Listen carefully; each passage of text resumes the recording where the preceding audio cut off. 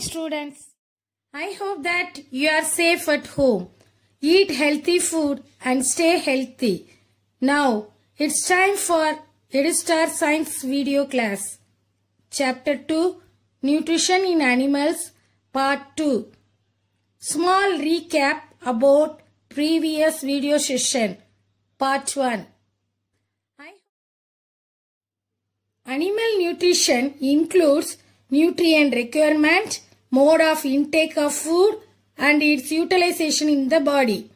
The human digestive system consists of the alimentary canal and secretory glands.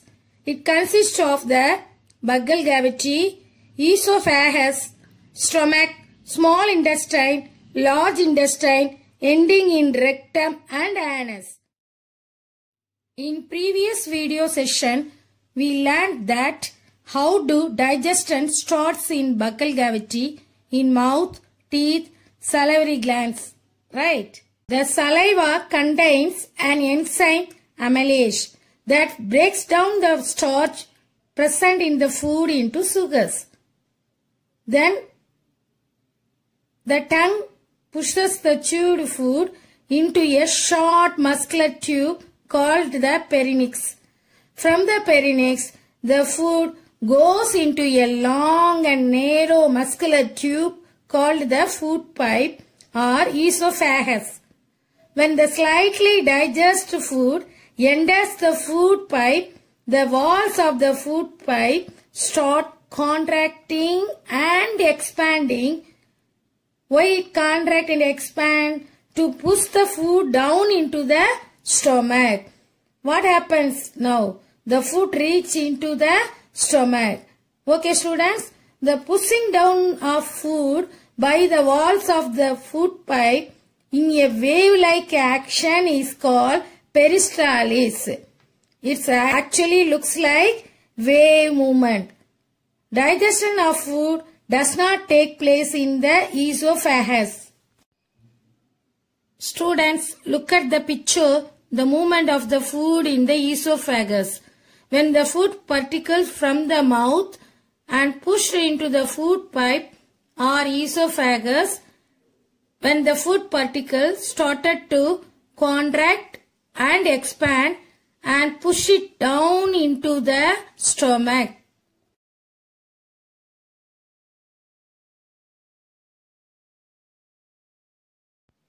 Sometimes when you eat food in a hurry, talk or laugh while eating, you may cough, right? Have you experienced that? You will get hiccups or a choking sensation. This happens when food particles enter the windpipe. The windpipe carries air from the nostrils to the lungs. It runs adjacent to the food pipe. But inside the throat, air and food share a common passage. Then how is food prevented from entering the windpipe? During the act of swallowing, a fluff-like wall closes the passage of the windpipe and guides the food into the food pipe. If by chance food particles enter the windpipe, we feel choked, get hiccups or cough. Next, let's see about what will happen the food reach into the stomach. The stomach is a J-shaped, thick-walled organ on the left side of the abdomen. Where it is present? The left side of the abdomen. It is the widest part of the alimentary canal. The wall of the stomach contains gastric glands. These glands secrete hydrochloric acid, pepsin and mucus. Hydrochloric acid kills many harmful bacteria that enter with the food and makes the medium in the stomach acidic. The mucus protects the lining of the stomach. In the acidic medium, pepsin digests the proteins in the food to form simple soluble substances called peptones. It digests the proteins in the food to form what? Simple soluble substance. It is called peptones. Consequently, the food gets converted into a partially digested. That means it's not completely digested. Semi-solid food that is called chyme. The chyme leaves the stomach and enters the small intestine. Students, do you know sometimes we vomit food? What is the reason? This happens when our stomach rejects the food we have eaten. The anti-peristaltic movements of the stomach wall and the esophagus push the food up to the food pipe. Now the food reaches into the small intestine. Let's see what will happen in the small intestine. It's very interesting, right? The small intestine is the longest part of the alimentary canal. It's about 7.5 meters long and arranged in the form of a coil. See how much length it is, 7.5 meters long. The small intestine receives secretion from two glands, the liver and the pancreas, through a common duct. The wall of the small intestine also secretes digestive juices called intestinal juices. Let's see about function of the liver. The liver is a reddish brown gland situated in the upper part of the abdomen on the right side, where it is present in right side. It is the largest gland in the body. It secretes bile juice which is stored in the gallbladder. It is located near the liver. Look at this picture. Bile juice helps in the digestion of fats.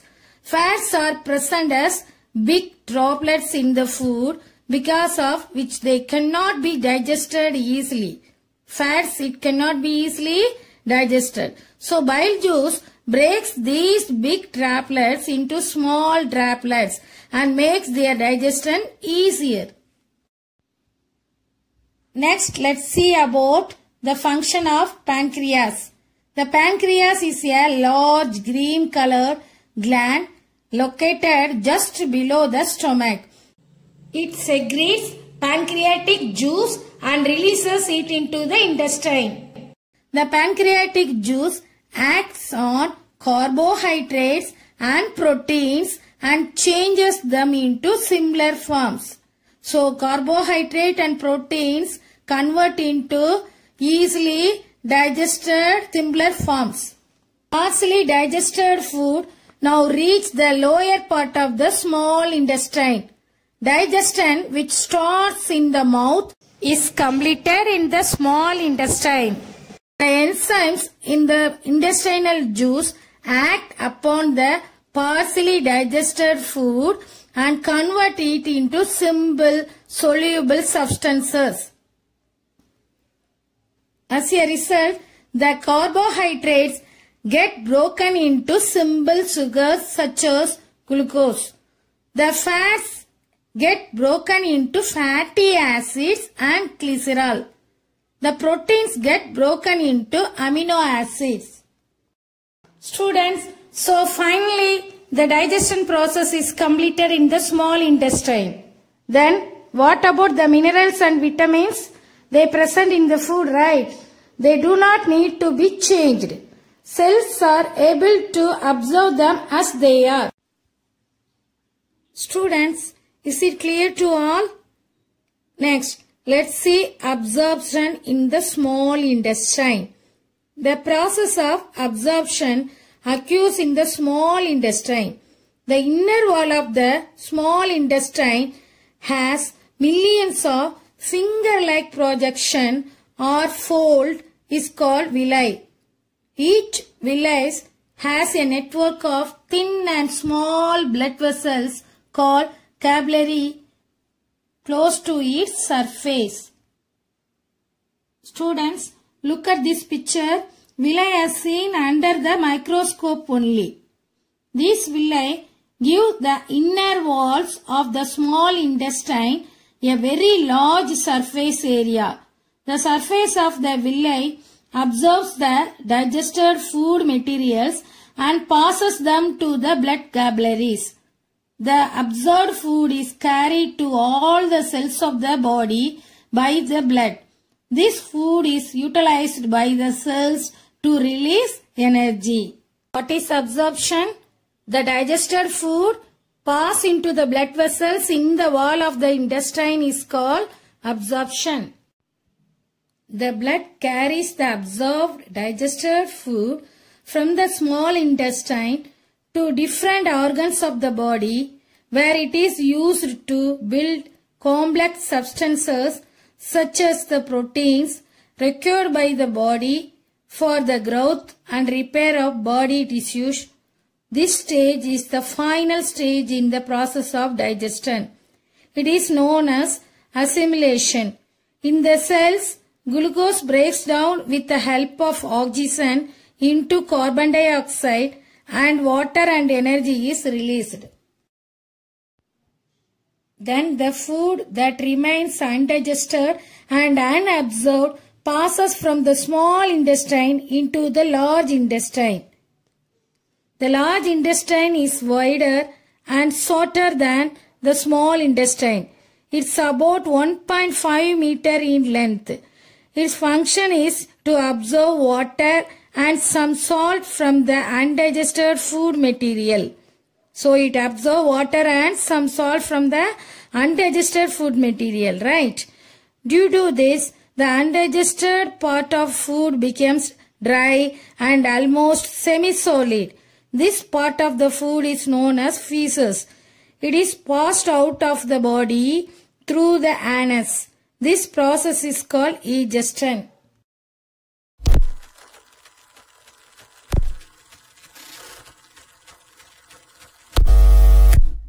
Sometimes you may have experienced the need to pass watery stool frequently. This condition is known as diarrhea. It may be caused by an infection, food poisoning, or indigestion. It is very common in India, particularly among children. Under severe condition, it can be fatal. This is because of the excessive loss of water and salt from the body. Diarrhea should not be neglected. Even before a doctor is consulted, the patient should be given plenty of boiled and cooled water with a pinch of salt and sugar dissolved in it. This is called ORS, that is called oral rehydration solution. Students, let's see about digestion in grass-eating animals. You already learned about grass-eating animals are called as herbivores, right? Have you observed cows, buffaloes and other grass-eating animals chewing continuously even when they are not eating? Do you know why? Actually, they quickly swallow the grass and store it in a part of the stomach called rumen. Here the food gets partially digested and is called gut. But later the gut returns to the mouth in small lumps and the animal chews it. This process is called rumination and these animals are called ruminants. The grass is rich in cellulose, a type of carbohydrate. In ruminants like cattle, deer, etc., bacteria present in rumen helps in digestion of cellulose. Many animals, including humans, cannot digest cellulose. Animals like horses, rabbit, etc. have a large sac-like structure called cecum between the esophagus and the small intestine.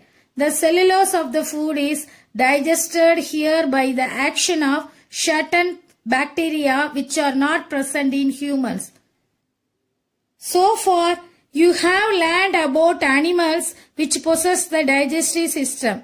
But there are many small organisms which do not have a mouth and a digestive system. Then, how do they acquire and digest food? Any guesses? We will learn another interesting way of food intake. Let's see. Feeding and digestion in amoeba. Students, do you know what is amoeba? Amoeba is a microscopic single-celled organism found in pond water. Amoeba has a cell membrane, a rounded, dense nucleus and many small bubble-like vacuoles in its cytoplasm. Amoeba constantly changes its shape and position. It pushes out one or more finger-like projection called pseudopodia. Pseudopodia are false feet for movement and capture of food. Amoeba eats tiny microscopic plants and animals as food, which float in water in which it lives. When an amoeba encounters a suitable organism, it pushes out two pseudopodia around the organism. Gradually, the tips of the pseudopodia fuse with each other. As a result, the food is engulfed with a little surrounding water to form a food vacuole inside the amoeba. Look at the picture. Digestive juices are segregated into the food vacuole. They act on the food and break it down into similar substances. Gradually, the digested food is absorbed. The digested food absorbed by the cytoplasm is stored or utilized for its growth, development, multiplication and release of energy. The undigested food collects inside the vacuole. The cell membrane of the amoeba suddenly ruptures at any place and the undigested food is thrown outside the body by the vacuole. So the undigested residue of the food is expelled outside by the vacuole.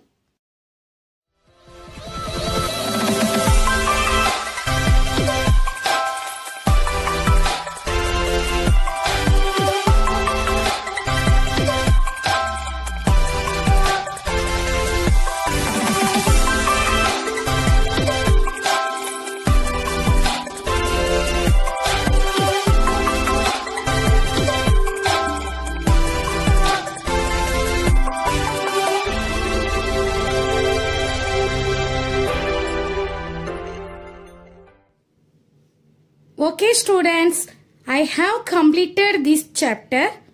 I hope that you all understood this chapter well. Student, refer your textbook, page number 19, keywords. These all words are unfamiliar for you, right? So read and learn these words with correct pronunciation and complete book back exercise from page number 20 to 22. Now, I will give some questions to you.